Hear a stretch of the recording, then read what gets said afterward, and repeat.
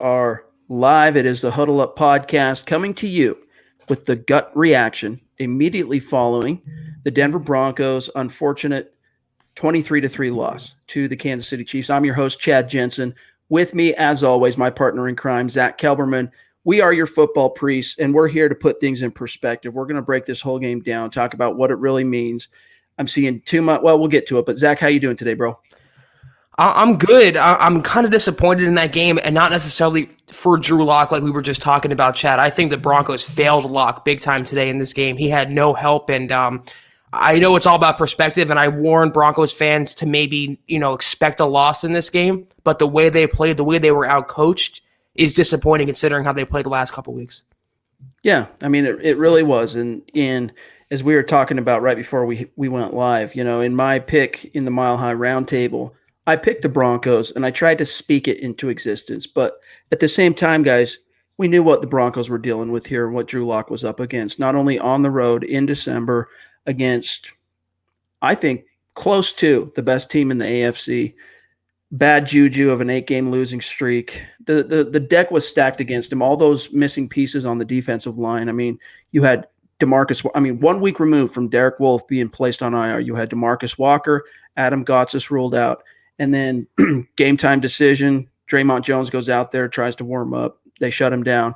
So 3 guys who have been tasked to stop the gap in the place of Derek Wolfe's absence, they're gone. You got guys that are just called up from the practice squad and signed off the street playing.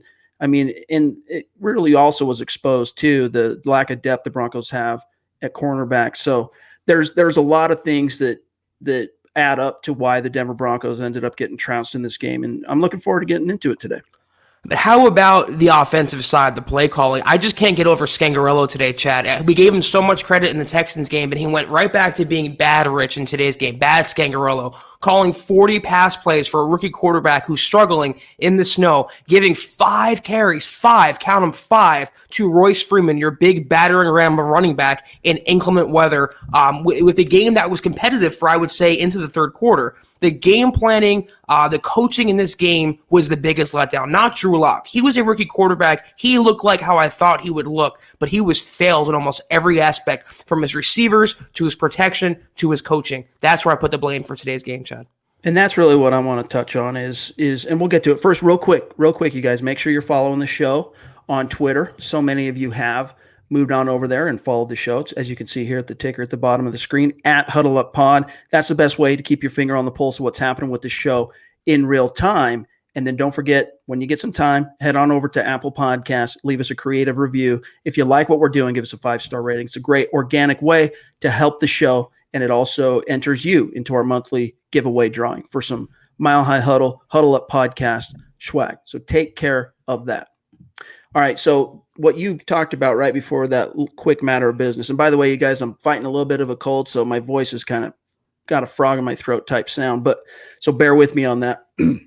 But the biggest thing is, look, two main takeaways from this game for me. One is Rich Scangarello and Drew Lock are a work in progress that are going to continue to grow together based on the experiences they are exposed to collectively together. And this was a unique game, not only because of the opponent, but because of the conditions and the limitations the team had, especially on the offensive line. JaJuan James out again.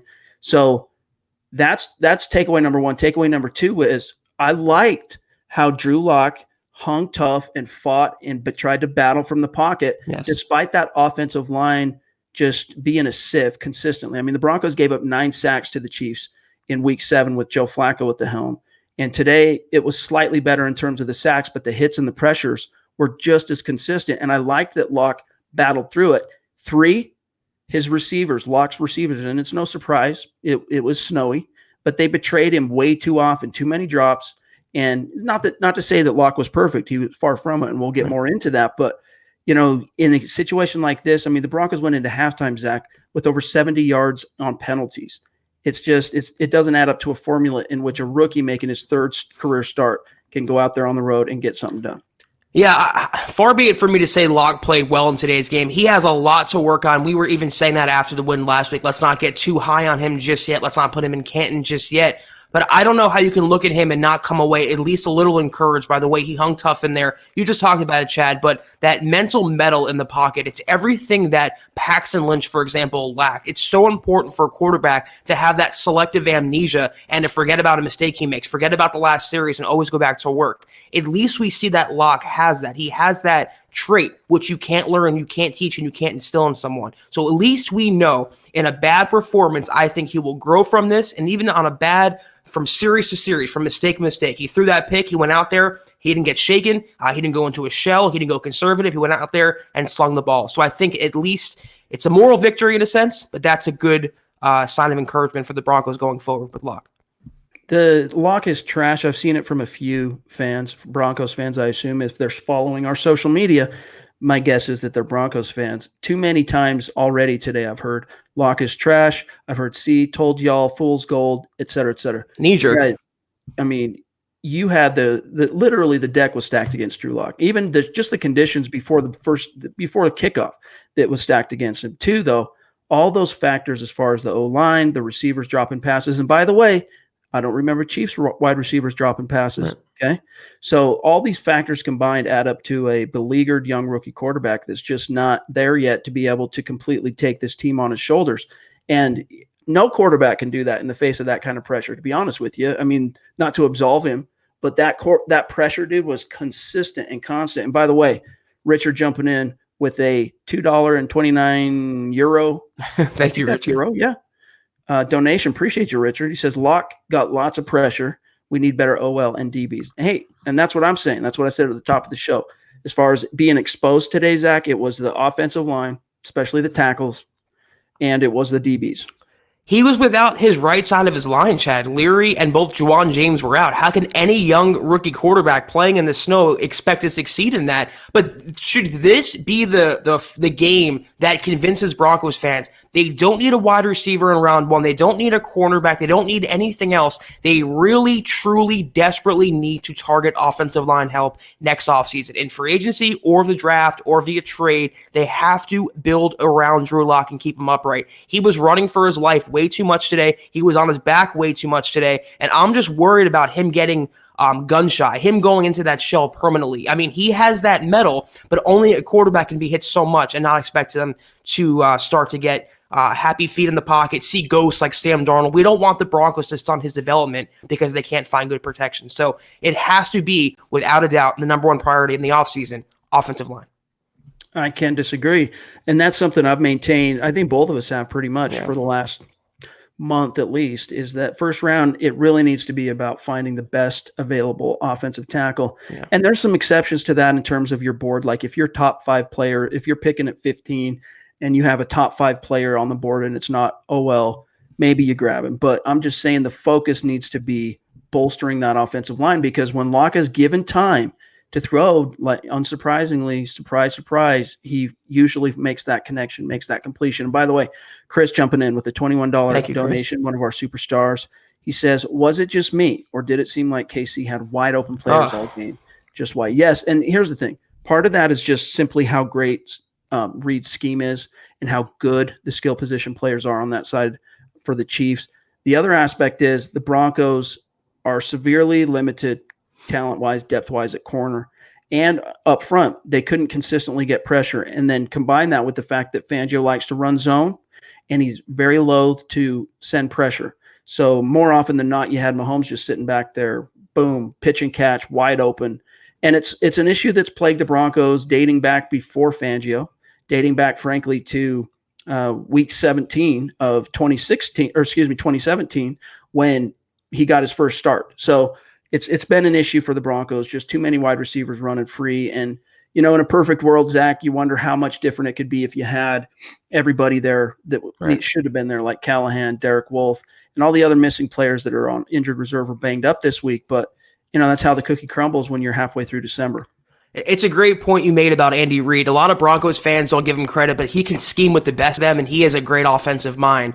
But I think he totally outclassed and outcoached Vic Fangio in this game. There is no reason or excuse to have Isaac Yiadom matched one-on-one with Travis Kelce. There's no excuse to have Travis Kelce run literally wide open in the middle of your defense, playing pitch and catch, the number one target of your opposing reigning MVP quarterback. It reminded me a lot of Vance Joseph and his lack of coverage schemes against tight ends. We thought that problem went away with Fangio. For a little bit, it looked like it did this season, but there's just no excuse to have those players constantly. You look up, it's a completion. You look up, it's a completion. There's no question. It was way too easy. So for as good as Vic has been the last couple of weeks, and he really has been, he was badly outcoached today.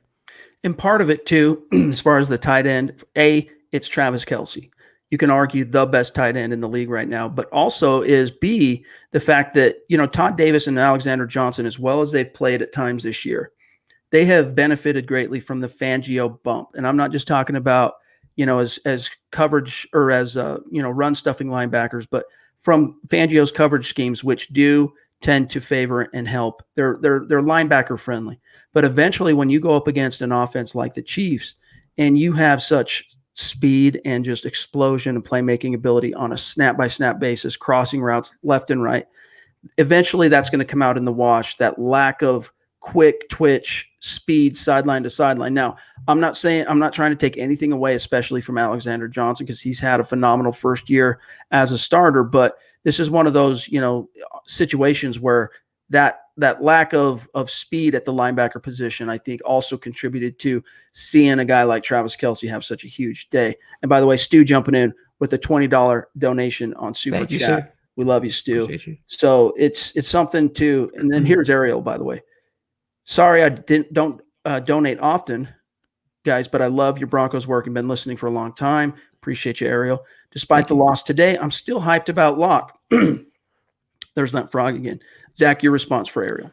As Broncos fans should be. I mean, one bad game. It wasn't even a bad game. He didn't go out there and throw 5 picks. I mean, I think he did pretty well considering the circumstances that we've mentioned already. But he has plenty of upside still. And just as we talked about, even in his bad game now, he was destined to fall flat on his face at some point. He was destined to crash back down to earth. But even when he did, in a hostile environment, he still showed positive traits. He still showed franchise quarterback traits. So a lot to work on. He wasn't perfect. He didn't help the Broncos necessarily pull the upset today. But I wouldn't say he was the biggest culprit in the loss either. I think a lot of what the Broncos can do in the future is tighter on Locke's development, and I think that will only get better with games like today. There was, and Ryan Edwards of KOA was on top of this to transcribe it on Twitter. But for those of you that were watching the broadcast, you probably heard, if you were still watching late, it was around the 2-minute mark, Dan Fouts, who called the game, he was the color guy for CBS today. Here's what he said about Luck, and I think it's a good perspective. Quote, I know it's a small sample size, but I think they've got the right guy. Just from what I've been able to observe, tough conditions today, a lot of fight. I like his arm. I like his attitude, confidence, poise, all the things that will serve him well. And Zach, I think that's honestly, that's the takeaway is did Locke wilt in the face of everything going against him? No. He battled against imperfect conditions weather-wise, imperfect conditions with his O-line, imperfect conditions with his wide receivers dropping passes. He battled through it, and that's one of the things I was happy to see. And by the way, Drew jumping in here with a $30 donation. Wow, thanks, Drew. On Super Chat, he says, can anyone explain why the hell Bowles is still on this team, let alone starting? It's utterly mind-numbing. I'd rather have a traffic cone at left tackle. I want Tristan Wirfs in the first. I don't disagree with the Tristan Wirfs thing. I think the right tackle was more of an issue for the Denver Broncos today than it was left tackle, although Bowles did give up his fair share. But the answer to the question here, Zach, is simply this.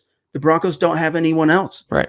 When Garrett Bowles is your top option, you've got a big-time problem in depth and talent, especially at tackle.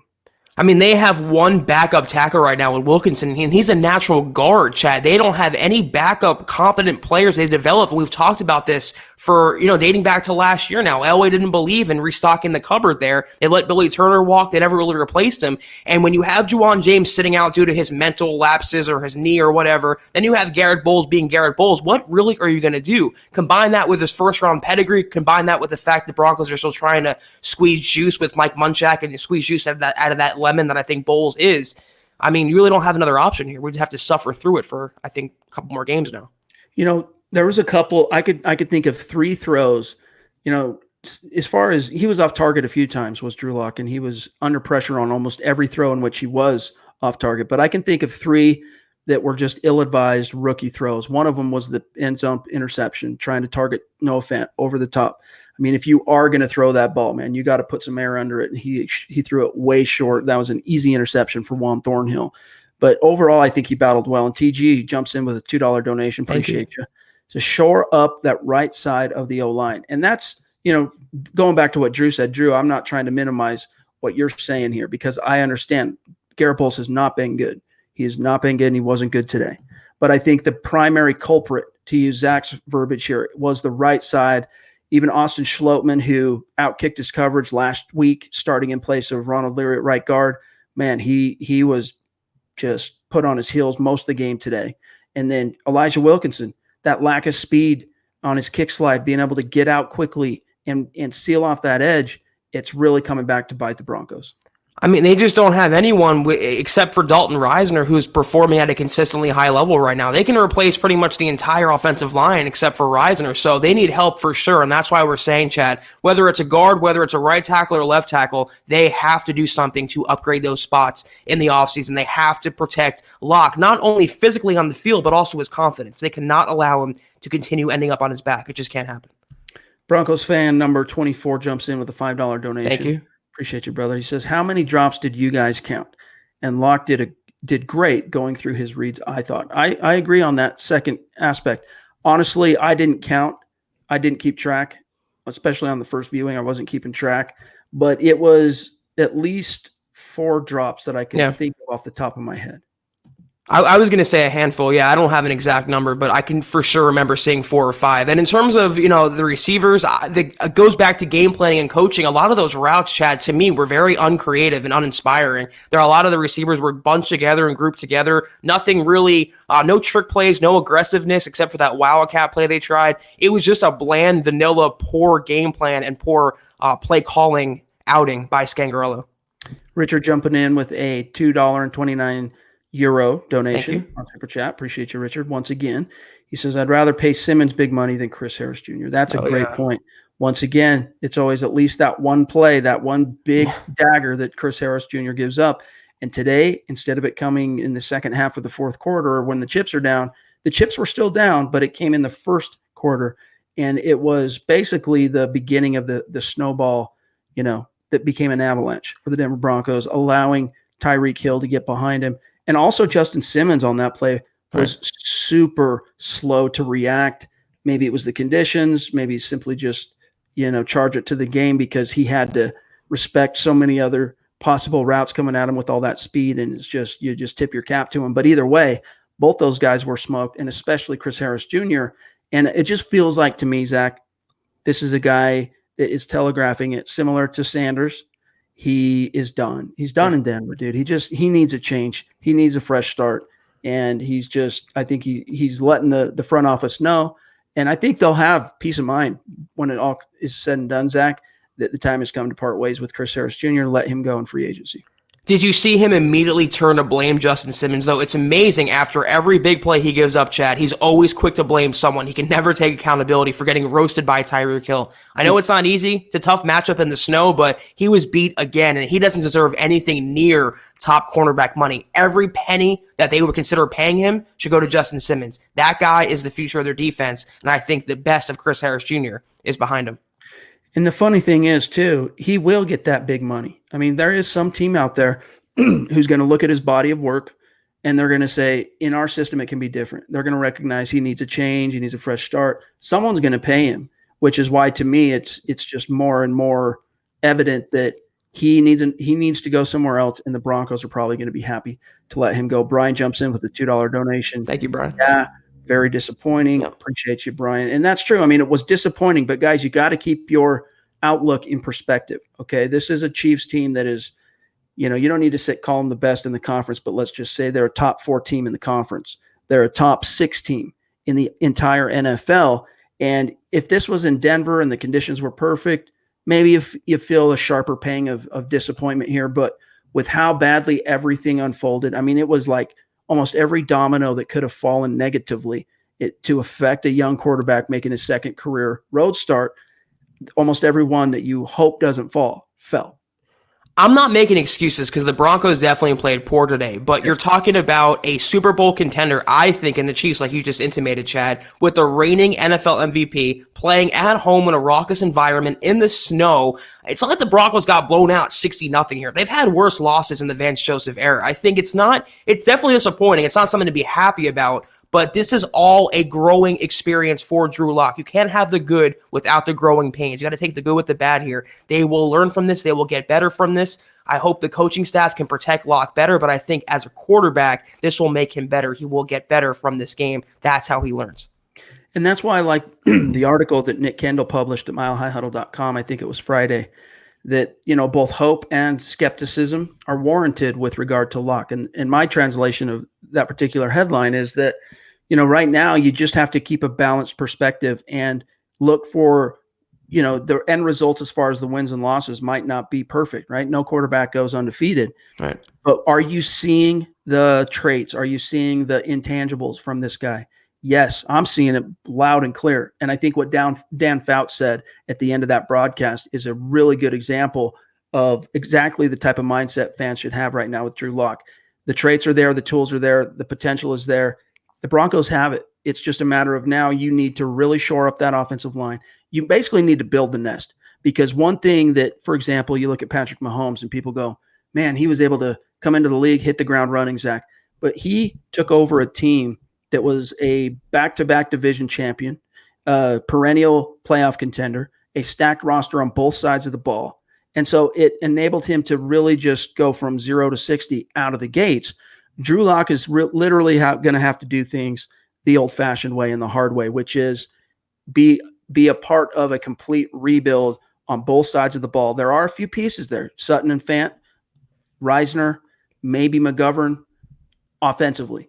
Defensively, it's almost, they're going to have to rebuild a lot, especially in the secondary. And Lock's going to be a part of that, but you have to factor that into your analysis and your outlook as it relates to Lock. And by the way, JT jumping in with a £5 donation across the pond in the UK. Thank you, JT. He says, this is a great game from a learning perspective or point of view. Drew Lock now has lots of homework, which will serve him and us well. It highlights the team's needs also. Very well stated there, Zach. It is. And you know what? I'm actually excited by this in a sense. We saw how Locke rebounded from a big victory. Now we get to see how he rebounds from his first test of adversity in the NFL, his first loss as an NFL starting quarterback. I want to see how he comes out next week. It will tell us a lot about his growth, his mental mindset, and I think his short-term development with the Broncos. I think he will learn from this. Like I've been saying, this is a guy who grows by doing, and that includes failing. That includes throwing picks. It includes losing. That's how he gets better. So it is a homework game. It is a game you can take a lot out of. Don't not be discouraged. Don't not be disappointed. I'm not going to tell you guys how to feel, but you have a lot of things to build on from this game, and not necessarily that you had in the past. So you still have a young quarterback. Continue growing with him through the bad and the good. And also this team, today was a bad example, but this team has shown under Fangio some mettle, okay, at different times in this season. You hated to see early on in the first half of the season so many of those key moments late in the game, Broncos protecting a lead and the defense, face palming, whether it was a penalty or a lapse like Chris Harris Jr. allowing someone behind him or whatever. But overall, I think this team as a complete unit, they're relearning how to win. They're relearning what a winning model is. Fangio still has room to grow. Scangarello still has room to grow, as does this team. But I think what I've seen from this year so far, especially now that Locke is a part of the equation, is there's more to be encouraged by in terms of the implications for the future than there is to be discouraged by. And John jumping in with a $2 donation. Thank you, John. Thank you, John. He says, why is JaJuan James so damn soft? I think even Vic Fangio is asking that question, Zach.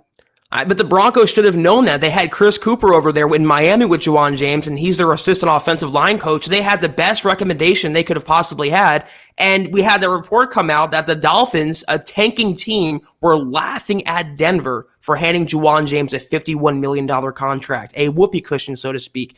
The Broncos knew his reputation. They knew he was an injury milker. They knew he was injury prone, and they still went and gave him that much money. So they made their bed, and I think now they're lying in it. I can't answer why he's soft, but the way the Broncos are coddling him, I don't agree with it. Like I honestly, I mean, we knew what his reputation was going into this season, but even I have to admit, I've been stunned by his lack of toughness, lack of fortitude. We don't know exactly what's going on. We don't know all the details, but just reading between the lines of what Vic Fangio says at the podium almost this entire season, the team is as frustrated and mystified by it as the fans are, and that doesn't excuse the Denver should have known better aspect of it. But at the same time, maybe it would have been a better move to try and convince Jared Valdir to stick around and pay him some money than to bring in JaJuan James, who, you just hired Chris Cooper to be your assistant O-line coach. You would think that after the 2 years he spent in Miami, you would have had everything you need to know as far as insider perspective on his strengths and shortcomings, which, by the way, didn't seem to serve the team at all. Mark jumps in with a $5. Appreciate you, bro. He says, through the jumps, lumps, and bumps, Locke is still our QB. Hashtag Chad 40 Club. Zach, my boy.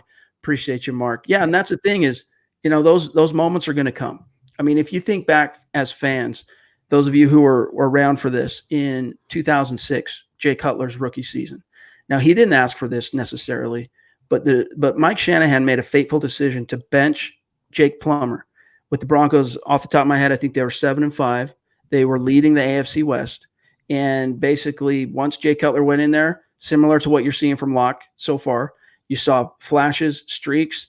The consistency wasn't quite where you wanted to see it. The Broncos ended up missing the playoffs that year, and they never returned to the playoffs under Shanahan. 2 seasons later, he was fired. But after that year, the perspective in the fan base on Cutler, as disappointed as so many were that Plummer was supplanted, the perspective was, cool, man, we've got an elite armed quarterback, a young guy could grow with Shanahan in the future. The future was bright. Didn't pan out perfectly. 2007 was a major step back for Cutler because he had that type 2 diabetes situation that went undiagnosed until almost the season was over. He lost over 20 pounds. There were some, events that conspired to kind of torpedo his second year. I think they went 7-9. But Zach, the third year, okay, in 2008, Jay Cutler made the Pro Bowl. Everyone was on fire about Jay Cutler. And over, I think, 25 touchdowns, something like that. And then McDaniels comes in, of course, trades him away. But my point being, though, if you can think back to the mindset as fans that you had for Jay Cutler and even Tim Tebow toward the end of his rookie year in 2010 when he was allowed to start, that's the perspective you got to have. Have you seen enough to be encouraged by the quarterback? I have, Zach. I have too, and listen, it's not the worst thing in the world the Broncos lost this game. It's not even a bad thing. I think it's a good thing. I would rather the Broncos lose this game with Drew Lock than lose this game with Joe Flacco, lose this game with Brandon Allen, lose this game with Case Keenum, lose this game with Paxton Lynch. You can grow from this loss. The same cannot be said if you have a 34-year-old statue back there in Flacco. This will serve the Broncos well in the future because Drew Lock was all about the future. He was not about 2019. This is just an audition for him. This is just playing with house money as far as I'm concerned. It's free reps for Locke going into 2020s. He will get better from this. Do not be too discouraged. Do not be too disappointed. This will actually help Locke in the long run. And again, he hung in there and he battled. I mean, the Broncos were playing catch up the entire time, but especially in the second half, Scangarello basically, because of game flow, it's the only thing I can deduce, abandoned the run. Phillip Lindsay only had 7 carries. Royce Freeman had 5 carries. And Drew Lock ended up throwing the ball 40 times. Now, that doesn't count his dropbacks that ended in sacks, but it was he continued to battle terrible conditions, an O-line that was a sieve, and going against a playoff caliber defense. Now, that's the one big difference in why I actually think the Chiefs have a better shot this year than they did last year is Steve Spagnuolo's defense. I mean, it is markedly better than the Bob Sutton defense that they had. So, I mean, it's just all around, man. The events conspired against Drew Lock. He didn't play perfectly, but the guys around him really let him down, especially on the offensive side of the ball. Let me jump here to TG, $2 donation. Thanks again, brother. He says, what do you guys think about Garrett Bowles playing right tackle next year, Zach? I mean, they just gave JaJuan James $51 million. They're pretty much tied to him financially next year. I would rather the Broncos not start Garrett Bowles if they can help it. If they are going to have to start him, at least have him at left tackle, but have his replacement on the roster. So no, instead of shuffling the line around, I would rather the Broncos either get rid of Bowles or keep him as a pinch starter for now and have his backup on the roster. You have a right tackle who you're hopefully going to get more out of in JaJuan James. I would not reshuffle those guys for 2020. Schuler jumps in with a $2 donation. Appreciate you. Let's jump to just a few more. And here's what he says, by the way. I'm going to say this one more time. Bye-bye, Chris Harris Jr. That is a demoralizing score. We need a big corner that's locked down. Who are the cornerback free agents? Thanks for your work. More money in the new year. Hey, don't worry about it, Schuler. We appreciate you, man. Sorry if I'm butchering your name. But yeah, I mean, we can do some research on the corners. In fact, we can pull it up on Spot Track if you really want to know here in just a few minutes and circle back. But we have about 10 more minutes. We can get to some of your guys' questions here. Let's see what Dean says. I am seeing a lot of fans dogging the Broncos again. To me, we had a bad game. Okay, I understand. But it was a learning experience for Drew Lock. The snow didn't help, but to disrespect the Broncos is so messed up. We, as fans, are to stand by our team no matter what. We will build around Drew Lock next year, and I'm confident we'll be ready for to be playoff contenders. And not off what the coaches said. We have the right coaches. I know we do. Go Broncos, by the way, you guys, and then it's cut off there. But, I mean, that's, I liked what you said. We can't tell you as fans what to feel. That's natural. That's going to come however you feel. But you have to keep in perspective this whole ball of wax. I mean, the Broncos, as a team, they're on their third quarterback this year. And Drew Lock showed great those first two games. And you saw that step back that everyone knew that the other foot was going to drop eventually. And going up against I'll just say an elite opponent like the Kansas City Chiefs in their house in less than ideal conditions with all the injuries the Broncos have suffered leading up to this point, it was about as good a time as any, Zach, for that step back to happen. I mean, did Broncos fans expect Drew Lock to never lose a game again? Did they expect the Broncos to keep winning? I mean, it was going to happen at some point. And like Chad just said, if it was going to be a letdown game in a sense, at least let it be this one because you can chalk it up to the weather. You can chalk it up to a good opponent. And it's not excuses. It's just the reality. It's just the facts of it. But even still, Broncos fans who are overly reacting to this game are acting like Drew Lock threw 6 interceptions. The Broncos lost by 70 points. It wasn't that horrible of a game. They've had worse games this season alone, let alone in the Vance Joseph era. So there's a lot you can take out of this, more good than bad, but still, I'd rather the Broncos go through this with Drew Lock, get him those reps now, and put that experience and put that proverbial money in the bank, that credit in the bank, and cash it in 2020. Yeah, I mean, it's going to be interesting to see, like you said earlier, Zach, how Locke bounces back from this. The good news is he gets to finish the season as the starter at home in back-to-back weeks.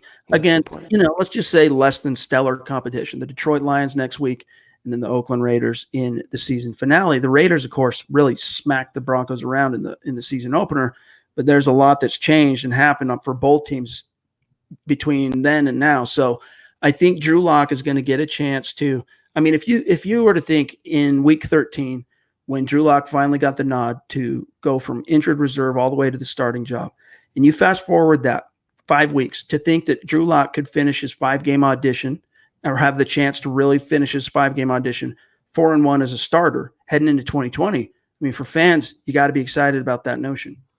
Yeah, I mean, there's a lot the Broncos, I think, were expecting from this season. I don't think they were expecting a playoff berth with a rookie coach and all these new quarterbacks, but going into 2020, Fangio has shown that he can get this defense to an elite near level. Locke has shown he could be maybe that franchise quarterback. They have a young nucleus of talent. They took down a couple playoff caliber teams. There's a lot you can like from this season and that you can put toward the future. As Chad and I keep saying, pretty much since day one, since the Broncos drafted Locke, it is all about the next decade. It's all about 2020 and beyond. So I think I'm more encouraged by this year, Chad, depending on how it turns out, no matter what, than I was since Peyton Manning retired.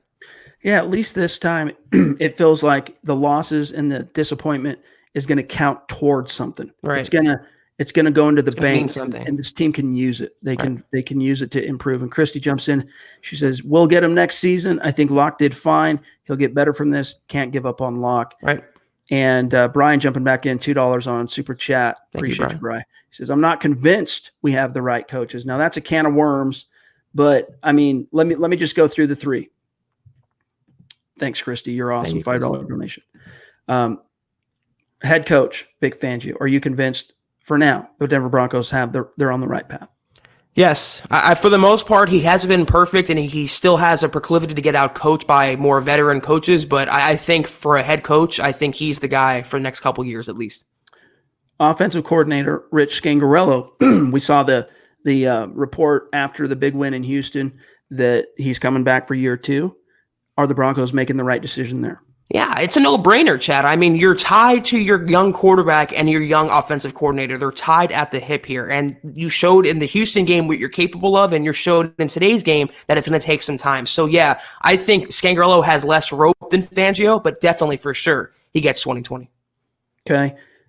I think Ed Donatel has done fine as defensive coordinator. It's Vic Fangio's defense. He's the one calling plays on the sideline. I think that's basically a push as it relates to Ed Donatel. I think the only thing you got to question as it relates to Donatel is, are you seeing development on that side of the ball? Look at what we've seen from Alexander Johnson emerging. Look what you saw from Devontae Bosby before he got hurt. Look at what you've seen from even Will Parks has played pretty well this season. Look at what you've seen from Mike Purcell. So there's, I think overall too, with Ed Donatel, you're seeing the development. The coaches underneath and the position coaches are getting what they should be. They're trying to make lemonade out of the lemons that the football gods have given the Broncos with regard to especially the injury bug. So, and then Tom McMahon, what's your answer there?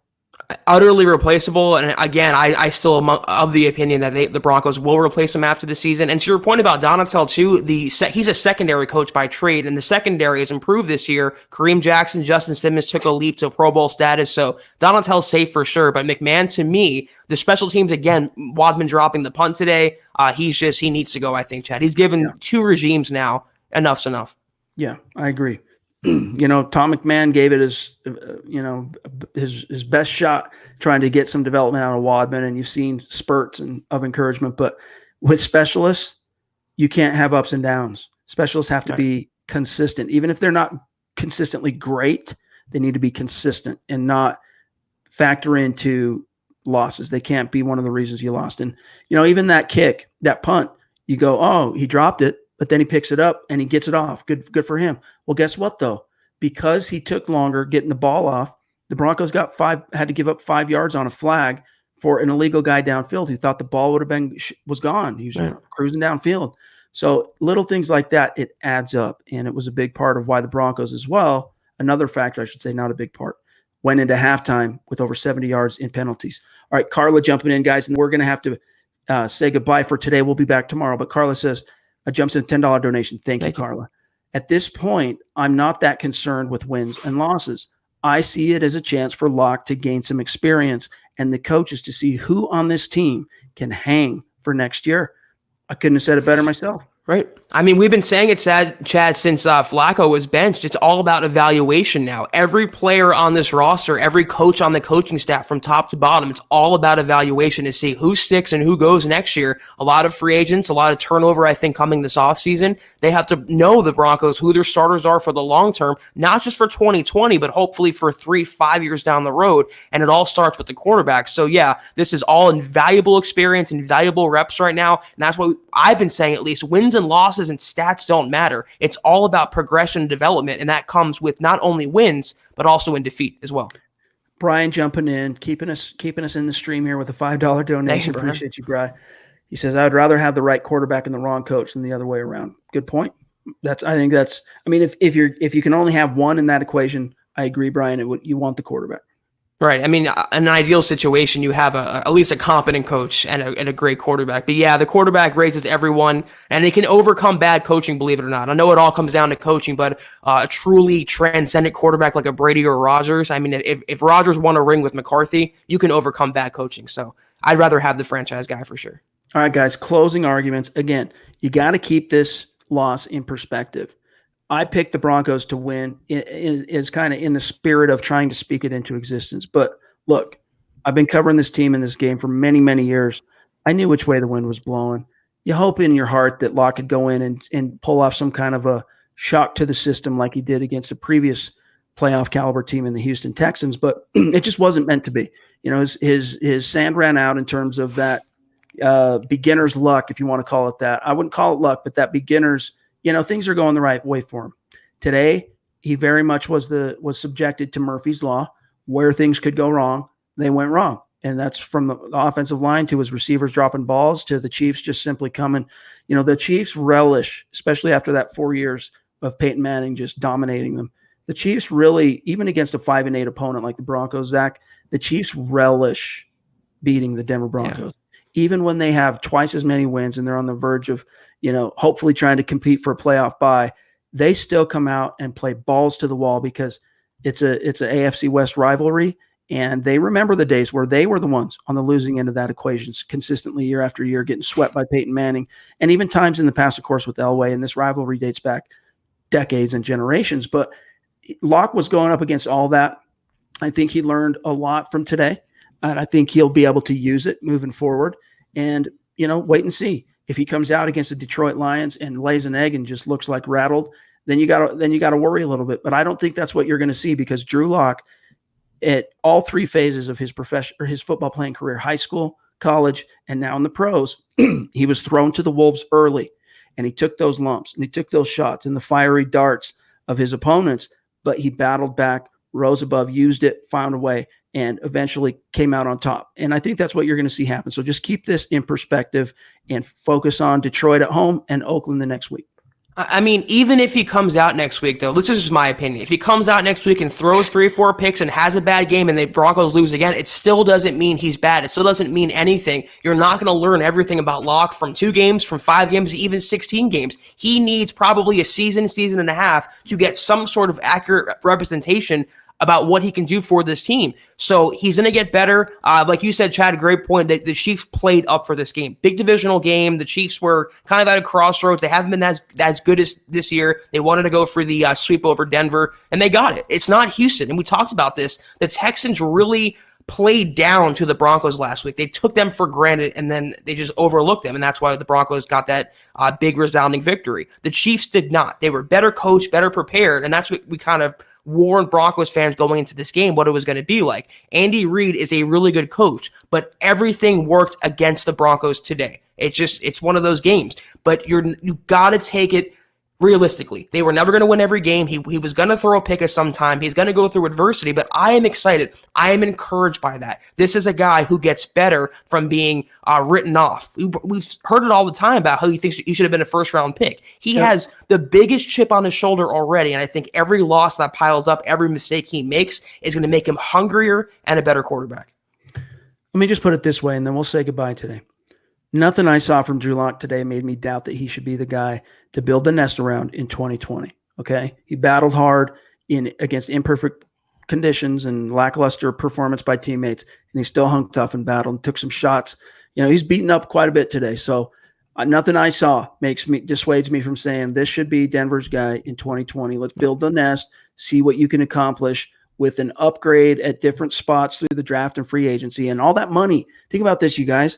Broncos are going to have north of $70 million to spend in free agency. Plus, what is it right now, Zach? They're counting compensatory. I think they're expected to have 12 draft picks.